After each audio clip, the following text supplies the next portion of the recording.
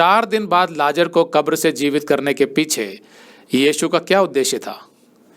इस अध्याय को मैंने YouTube पर अपने एक संदेश में विस्तार से समझाया हुआ है और उस वीडियो का लिंक इस वीडियो के नीचे दिया हुआ है। फिर भी कुछ बातें मैं यहाँ पर आपको बता देता हूँ।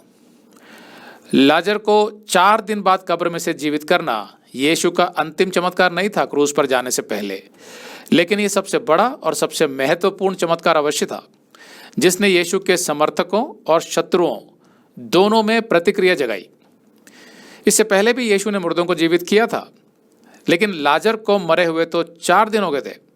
इसलिए इस आश्चर्य कर्म को कोई नकार नहीं सकता था, यहूदी धर्मगुरु भी नहीं।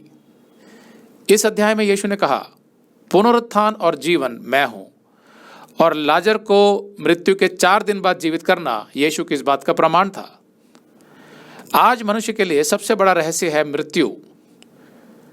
बहुत से लोग नहीं जानते हैं कि मृत्यु के बाद क्या होता है।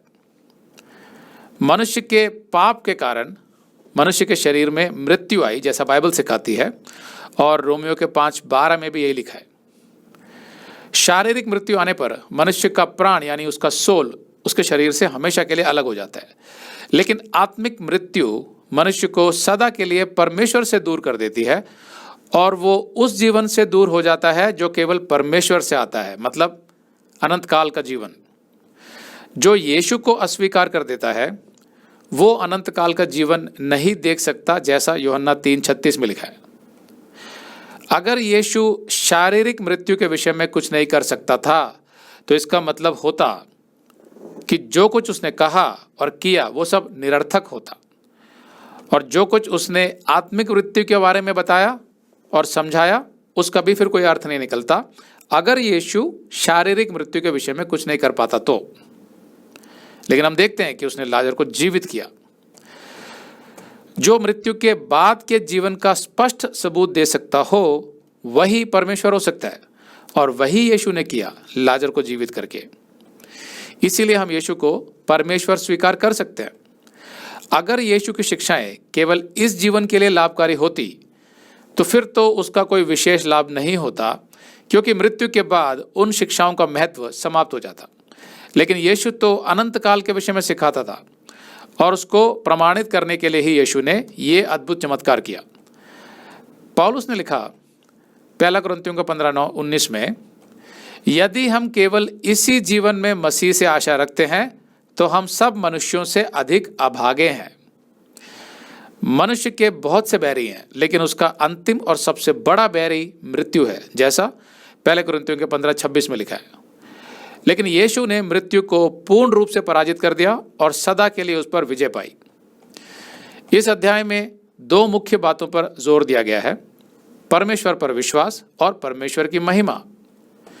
यूहन्ना 11:1, मरियम और उसकी बहन मार्था के गांव बेतनिया का लाजर नाम एक मनुष्य बीमार था।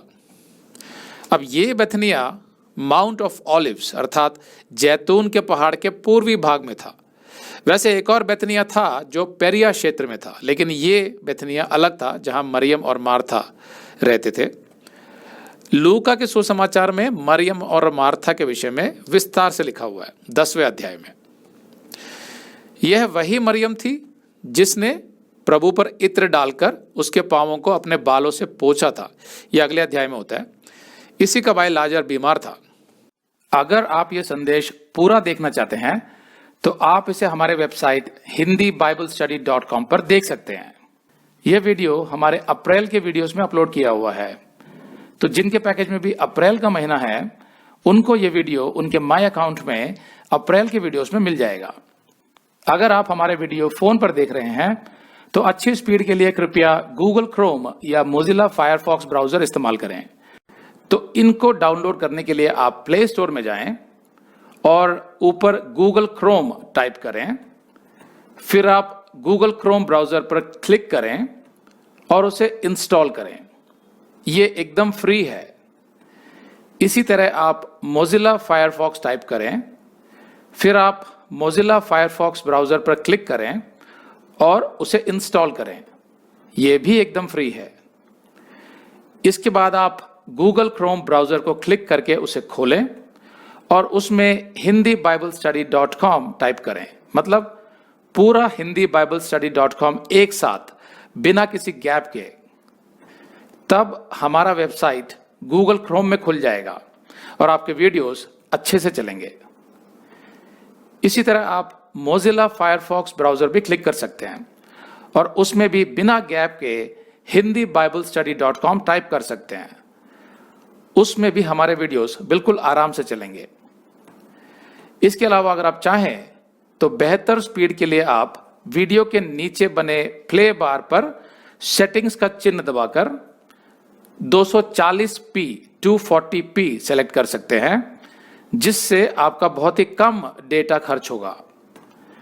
240 सेलेक्ट करने के बाद आप वीडियो के बाहर कहीं भी क्लिक कर दीजिए, फिर वीडियो को पीछे ले जाकर शुरू से देखिए।